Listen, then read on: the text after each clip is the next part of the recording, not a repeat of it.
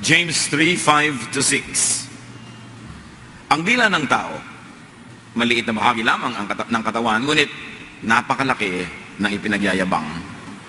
Isipin na lamang ninyo kung paano napaglalagablab ng isang maliit na apoy ang isang malawak na kagubatan. Ang dila ay parang apoy. Isang daigdig ng kasamaang nagpaparumi sa ating buong pagkatao. Ang apoy na ito ay mula sa impyerno at sinusunog ang lahat sa buhay ng tao. Matalim na dila, resident evil. Dear Lord, teach us. May your words be our medicine, our balm, our comfort, our shelter. At nawa, Panginoon, kami po'y pakalinisin niyo at ngayon ay turuan, akayin, gabayan, paalalahanan ng mga bagay na maaaring nalilimot. May you be our preacher, our teacher, our healer. We seek you, Father, in the name of your Son, Jesus. Matalim na dila, resident evil. Ano ba ang matalim na dila? And let us define it as unkind and destructive speech, as hurting words, brutal frankness, at lahat ng kanyang mga derivatives at versions. Matalim na dila is childlike. Pagbata pa. Yung bang mga bata na kung anong naisip, kung anong nakita, sasabihin ng walang preno, walang pag-aagam-agam. It is raw honesty, brutal frankness, that roots in not knowing yet, not knowing any better. Childlike brutality in speech is natural or inborn ignorance. In other words, kakulangan ng kaalaman na normal lang sa mga bata na hindi pa nagkakaroon ng karanasan, hindi pa natuturuan, hindi pa napaparusahan ng universe dahil sa matalim na dila. Proverbs 20:11, ang bata ay makikilala sa kanyang mga gawa. So pag bata, parang hindi masyadong katakataka na walang preno ang bibig. Pero habang nakakaedad, tinuturuan ng matatanda, huwag mo sabihin yan, huwag mong gawin yan, dapat gandahan mong sabi, mangupo ka. May iba-iba ang language pag natuturuan. Kaya kawawa ang batang walang turo, kasi ang tanda-tanda na, asal bata pa rin. So ang isip bata ay makikilala sa kanyang salita. Matalim na dila is not only childlike acceptable pa kung bata talaga, but it could also be childish. Pag matanda na, hindi na bagay ang childlike language. Nagiging childish na yon. Hindi na pang bata, pang isip bata na lang. Matalim na dila is retardedness. It is a form of mental or emotional underdevelopment. Kasi tumanda na, wala pang pinagkatandaan kung magsalita para pa rin walang nalaman. 1 Corinthians 14:20, huwag kayong mag-isip bata. At syempre kakambal nun, huwag kayong magsalita na parang bata, lalo't hindi na kayo bata. Proverbs 22:15, likas sa mga bata ang pagiging pilyo, ngunit sa pamamagitan ng palo, sila'y matututo. Disiplina, pagsasalita, pagkokontrol sa tama, natututo ang bata. At ang gamot sa ganitong childishness in language is mental or emotional growth, instruction, discipline. Napakahalaga lalo sa formative years na natuturuan. Marami pang sinasabi ang matalim na dila. Matalim na dila is selfish. Pag matalim ang dila at hindi na bata, isip bata o makasarili. Yung mga matatalimang dila, they are releasing words to please oneself even at the expense of others. Releasing words for self-gratification or for convenience. Naginhawahan ng loob, dumali ang buhay, nasabi ang gustong sabihin, kahit na reckless ang pagsasalita. Proverbs 15:28, tinitimbang ng matuwid kung ano ang sasabihin. Ngunit di na iniisip ng masama ang kanyang sasalitain. So pagka ang tao ay may bait, may disiplina, may urbanidad, mayroong sibilisasyon, hindi basta-basta nagsasalita. Mapagwagaan lang ang loob, pinabigat ang loob ng iba. Kaya selfishness Masabi ko lang at ma-release ko, ay, di ikaw na ngayon magdala, bahala ka na, ikaw na ngayon ang mayroong buhat yan, hindi na ako kasi nilipat ko na sa'yo. At maraming gano'n. Yung bang, pwede bang kakausapin kita para lumabag ang dibdib ko? Kaya pagkatapos natin mag-usap, dibdib ko ba ang sisikip? Gumaan ang pakiramdam mo pero bumigat ba ang sa akin? So iniingatan din natin ang ganung mga paraan ng pagpapagaan ng sarili, tapos iba ang magdurusa. Just because a thought pops up in your head does not mean it should burst out of your mouth. Kaya sa mga comics, merong yung thought bubbles. Pag bilog na gano'n, ibig sabihin, iniisip lang niya, hindi niya sinasabi.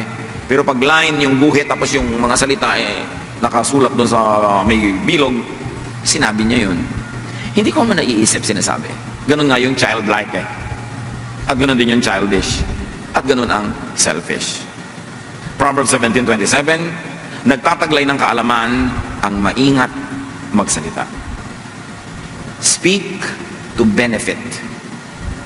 Speak for benefit. Yung magsasalita ka na advance dapat yung cause mo, umasenso ang katayuan mo, napaganda ang iyong kalagayan, hindi yung nagsalita ka, napasama ka pa, napahamak ang iba, lugi ang mga tao.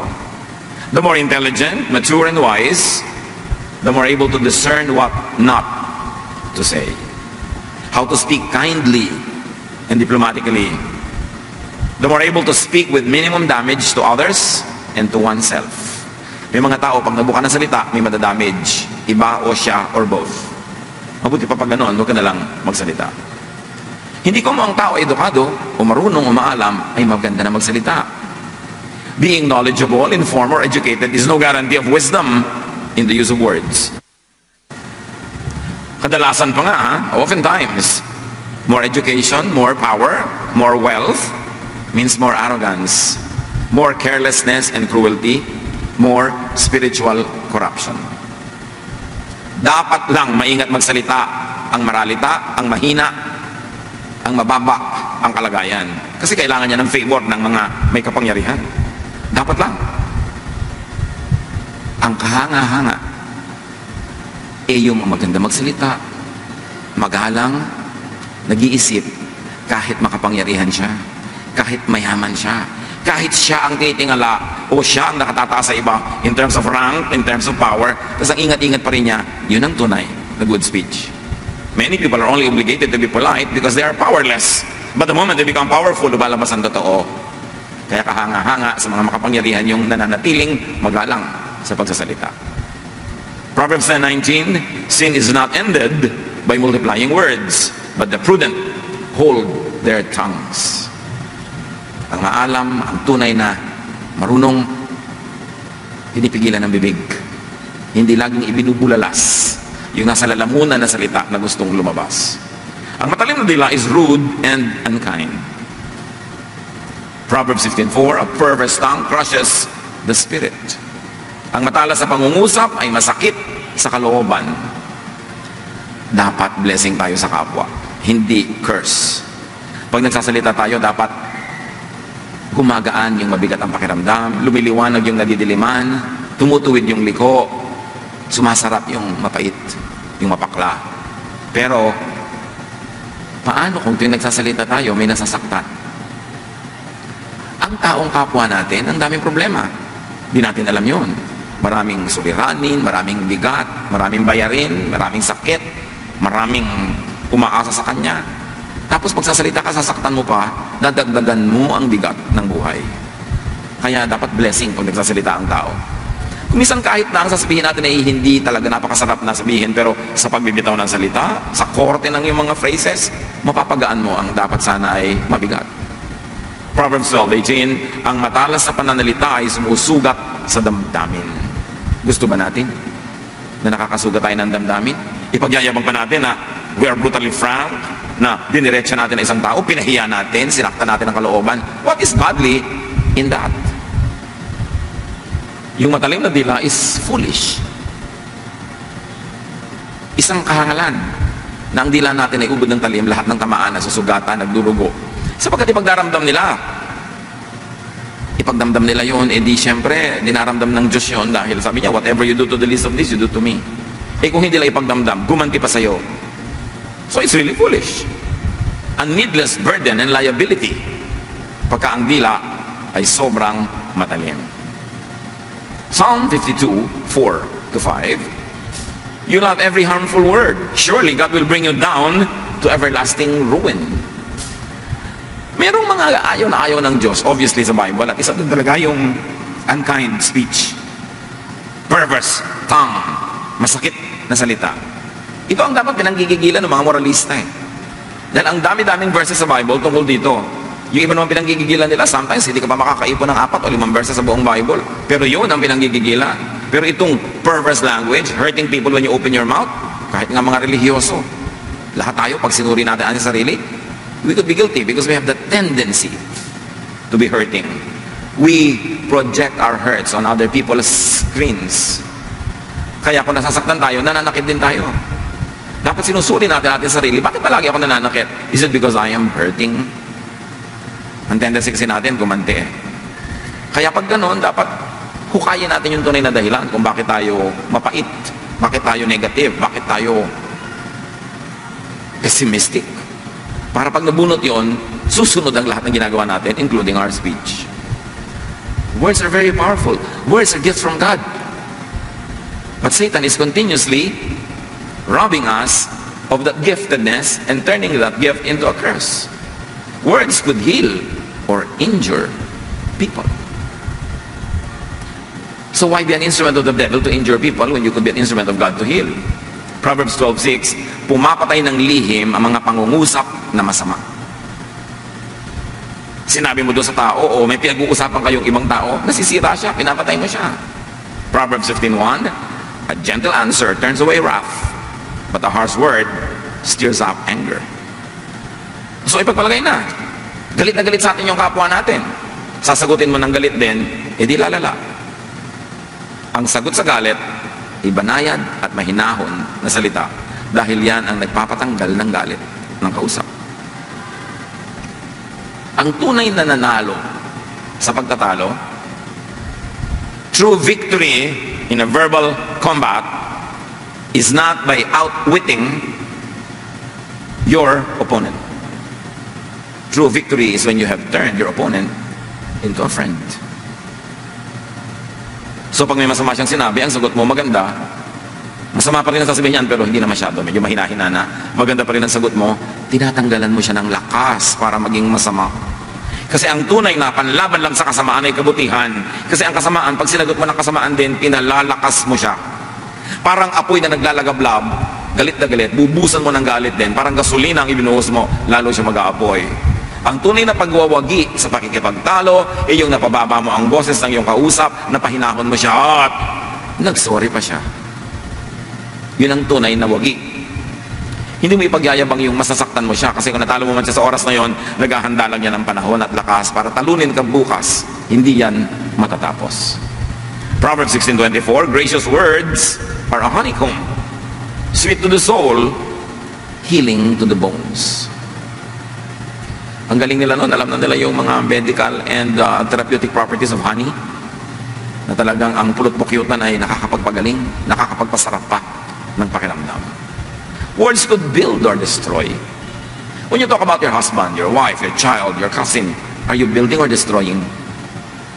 And when somebody talks to you about someone else, is that someone building or destroying? And will you cooperate if that person is destroying someone else? Proverbs 11:9, with their mouths, the godless destroy their neighbors. So pag may naninira, do you cooperate by listening? And do you really cooperate to the utmost by contributing more tidbits and morsels doon sa paninira? Lalong-lalo yung mga Kristiyano, dapat hindi tayo nakakapagpakinig sa naninira. Hindi mo dapat patahabain ang pakikinig at i-encourage pa. Kasi naninira na sila. And remember, it is the devil who destroys. The devil comes to steal, kill, and destroy. So yung naninirang salita is the work of the devil. God builds up. So we should know kung kanino natin susurrender ang ating mouths. Service ba? The service of Satan or of God? Proverbs 18:21, what you say can preserve life or destroy it. Ang laking responsibility ang pagbubuka ng bibig. Words could get the speaker rewarded or punished. Matthew 12:36-37, tandaan ninyo, sa araw ng paghuhukom, pananagutan ng tao ang bawat walang kabuluhang salitang sinabi niya. Kung walang sala ka o paparusahan, batay sa iyong mga salita. Akala natin kung minsan lusot na tayo. Uy, nakapanira ako, nakapagsinungaling ako, winner ako. Meron pa yung accounting. Bilang ang mga walang katuturan, lalo ang masasamang salitang sinasabi natin. Those that hurt feelings are disliked and hated. Do you want to be disliked? Do you want to be hated? And yet there are many people na parang may master's or doctoral degree sa pananakit. Pero tingnan mo, konti ang mga kaibigan yan, kung meron man. Kasi sila naman ang gusto na may kaibigan ka o kasamang mataliman nila. At pagka nagdadala sa iyo ng mga balita tungkol sa iba, asahan mo, pagpunta niya sa iba, ikaw naman ang ibang balita niya. Huwag ka magtitiwala sa taong nagdadala sa iyo ng chismis. Kasi ikaw naman ang chismis ng pagtalikod mo. Proverbs 8:13, I hate pride and arrogance, evil behavior, and perverse speech. Sabi ng Diyos. May mga kinakamuhian talaga ang Diyos eh. Isa dyan talaga, sa top 5, yung masamang dila. Proverbs 18:7, the mouths of fools are their undoing, and their lips are a snare to their very lives. Yes, trap. Yes, patibong ang kanilang mga bibig. Pero sila rin ang mahuhulog doon. Sila din ang mabibiktima noon. Because people that hurt feelings are disliked and hated. And disliked and hated people do not receive help from their victims or their victims' friends. Suriin natin. Para ka magtagumpay sa buhay, nandun na yung dapat magaling ka, dapat bless ka, etc. etc. Pero talagang isang common denominator ng lahat ng tatagumpay, may tumulong sa kanila. Pero kung nakakainis ka, sinong tutulong sa'yo? Baka yung isang ininis mo, kahit may 10 kang hindi ininis, may isa ka lang ininis, darating ang panahon na siya pala yung may hawak ng susi para ka matulungan at magtagumpay. Maalala niya na sira mo siya, ginalit mo siya, so sorry ka na lang, hindi ka niya tutulungan. People help those they like. And people could even sabotage the work of those they dislike. So, why be disliked? By having a sharp tongue. Proverbs 18:19, a brother wronged is more unyielding than a fortified city. Yung kapatid mo na yan, pagka yan ay sumamalob sa'yo at nagalit, mas masamang kaawa yan kaysa sa hindi mo pa kapatid. So bakit mo sasaktan ang kapatid mo? Biological or spiritual? Bakit mo sasaktan yung office mate mo, workmate mo, yung malapit sa'yo, neighbor mo? Eh yun nga ang mga malapit sa'yo, yan ang kailangan friends mo eh. Kaya napakalaking kahangalan yung dila na hindi kinokontrol. Ang laking deception yon na ipagyabang mo that you have a sharp tongue. Lalo pa meron kang rich and beautiful vocabulary. Can you imagine if you're gifted by God with gab, with language, with vocabulary, tapos gagamitin mo to serve Satan? Baligtad. Mas magaling ka nga magsalita, mas dapat ginagamit mo to lift other people up, to encourage, to teach, to buoy up feelings, to heal wounds. Yun ang ministry of words. So pagka lagi kami sinasaktan, hindi ko nila tutulungan, and people need help to succeed. Meron ka na, nawawala pa, kasi maaalala nung iba, naging masama ka sa kanila noon. Babawian ka pa, ibinigay na, nababawi pa. Brutally frank people lose friends and potential friends. They are not helped by many potential helpers, so brutally frank people lose. Brutally frank people are losers. They are not winners. They do not even know what they lose. Sometimes, hindi mo alam kung ano yung nawala sa'yo kasi hindi binigay eh. Yung pala dapat ibinigay. Ang laki-laki pala nang nawawala na hindi natin namamalayan. Proverbs 21:23, those who guard their mouths and their tongues keep themselves from calamity. Gusto nyo maligtas sa napakaraming kalamidad? Shut up. Or speak well. Don't speak when you are not ready to give a good speech. That which is edifying and encouraging and helpful. 1 Peter 3:10, whoever would love life and see good days must keep their tongue from evil and their lips from deceitful speech. Gusto mong bright ang future? Gusto mong optimistic ang darating na hinaharap? Magtanim ka ngayon ng magagandang words. Kasi lahat ng tanim mo ngayon na pangit na words, aanihin mo rin. Because there's a very basic agriculture rule sa spirituality. You harvest what you plant. So when you plant bad words, you harvest evil. You sow the wind, you harvest a whirlwind. Nagtanim ka ng hangin, bagyo ang aanihin. Alam mo man o hindi, whether or not you were able to connect the dots, kumisan, bakit ka nagkakaroon ng dilubyo sa buhay? Sabi mo, malas ako, bigat ng buhay, ang hirap. Hindi mo alam bunga pala ng masakit na pananalita na sinabi mo 10 years ago pa. God is not mocked. You will harvest what you plant. And be sure that your sin will find you out. Ang mga ginagawa nating mali, nalimot man natin, yung mali na ginawa natin, hindi tayo nililimot. Babalikan tayo. At yung gawa din natin na mabuti, lalo naman yon, hindi tayo nililimot. Babalikan din tayo nun. So be wise. Plant good seeds. Speak good words. At kung meron kailangang ituwid na mali, meron kailangang sabihan, disiplinahin, hindi kailangan bad words na gamitin doon. You can correct bad by still saying good words. In fact, you cannot correct bad with bad. Dapat positive. Because truth wins. The light, not darkness, always wins. Choose light. Choose whatever is good. Proverbs 27:5, paano yung better is open rebuke than hidden love? Yan ang laging pamatay ng mga mahilig mag-rebuke eh. Yung mga mahilig na manakit na, hoy, sinner ka, hoy, sinner ka. So nyo, open rebuke yan. Mas mabuti yan kaysa secret love. Proverbs 28:23, whoever rebukes a person will in the end gain favor rather than the one who has a flattering tongue. So, sabi niya, kailangan mag-rebuke ako. Yes, we can rebuke. But you don't have to be brutal. You don't have to make it public. Ano nga sabi sa Bible? Pag may nagkakasala, nagkakamali, puntahan mo, kayo lang mag-usap privately. Para wala siyang pride involved, hindi siya magyabang, tanggapin niya ang kanyang kamalian. At sabi, pag naituwid yan, you have won a brother or a sister.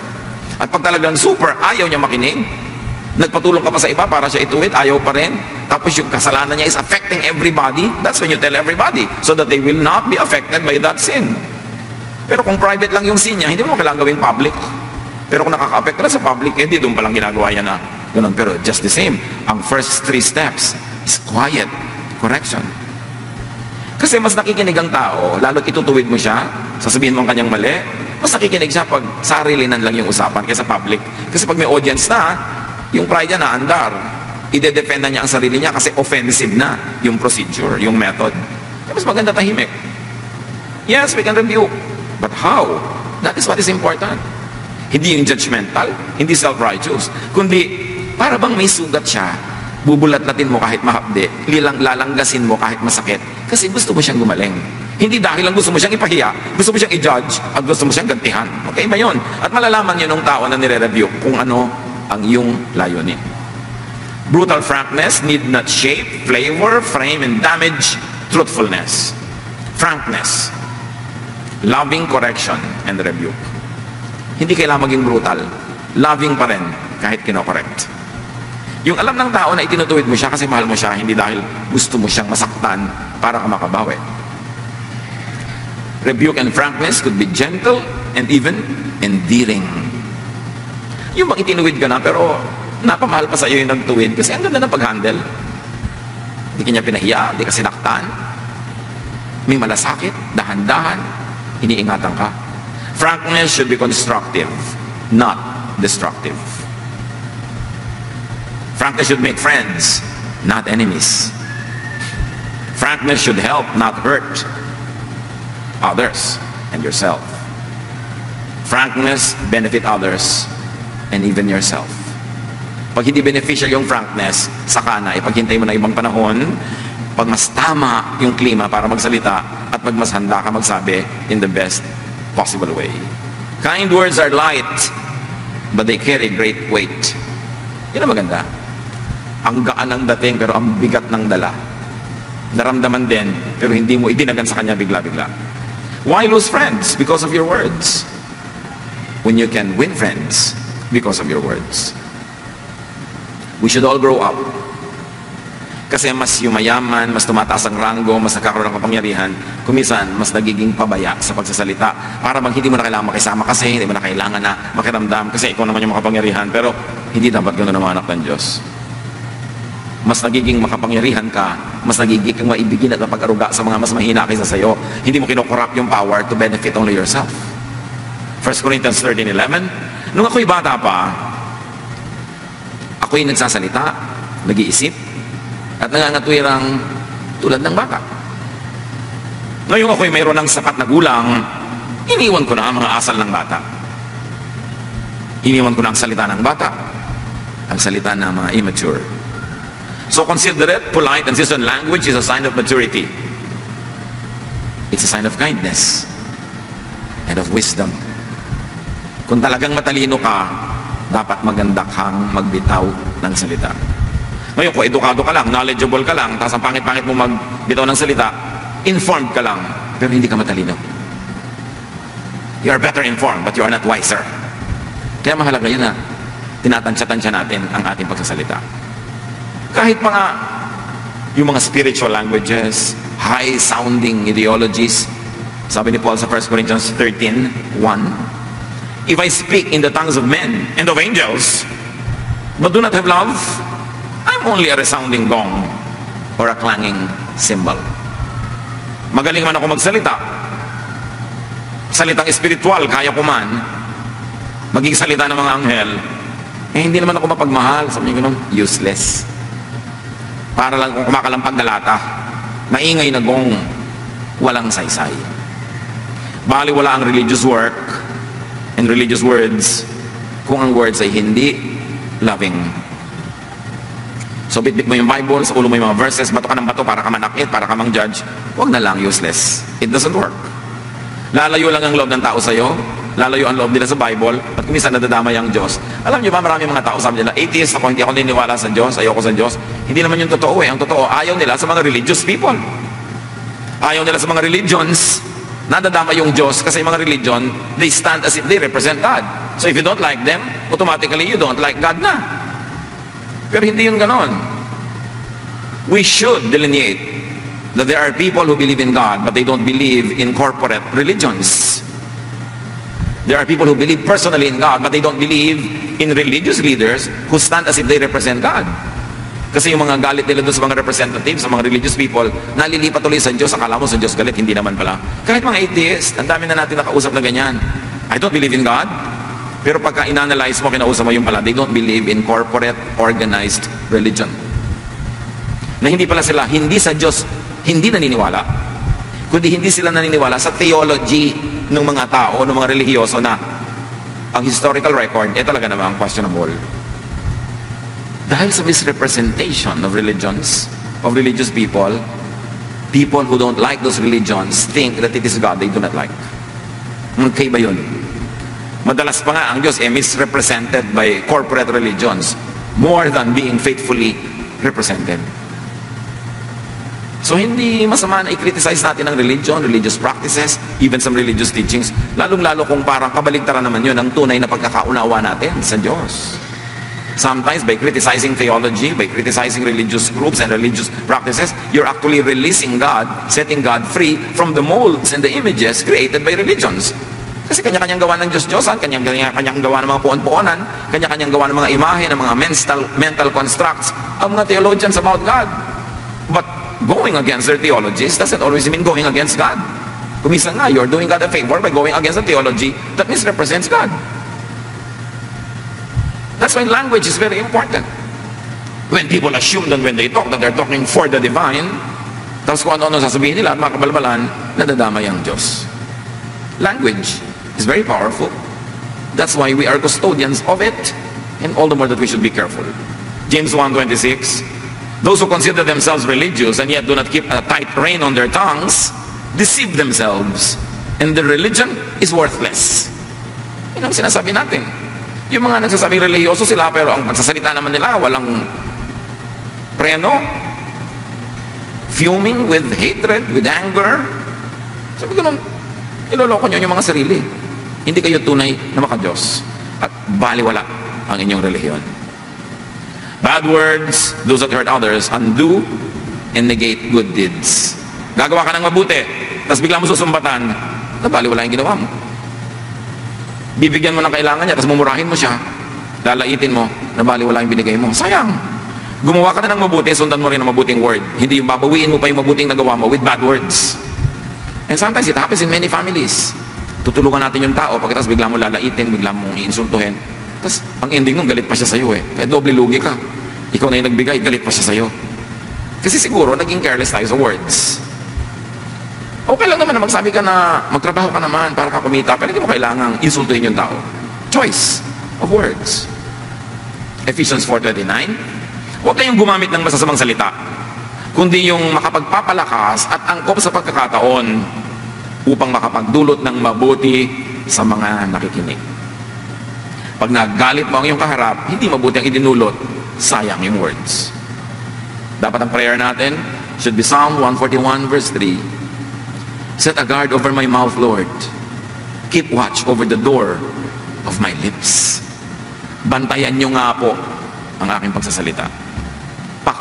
Bantayan nyo ako at maging maingat ako. Dear Lord, thank you for reminding us. Gawin mo pong personal sa bawat isa ang mga salitang ito na sa aming pagbubulay-bulay, pagsukat, pagtimbang sa aming pananalita, makita namin na aming tunay na kalagayan, maitama ang liko, at maipagbunyi yung tama. Check our hearts, check our mouths, check our vocabulary, O God. At kung may mga dapat ituwid, turuan nyo kaming ituwid ito.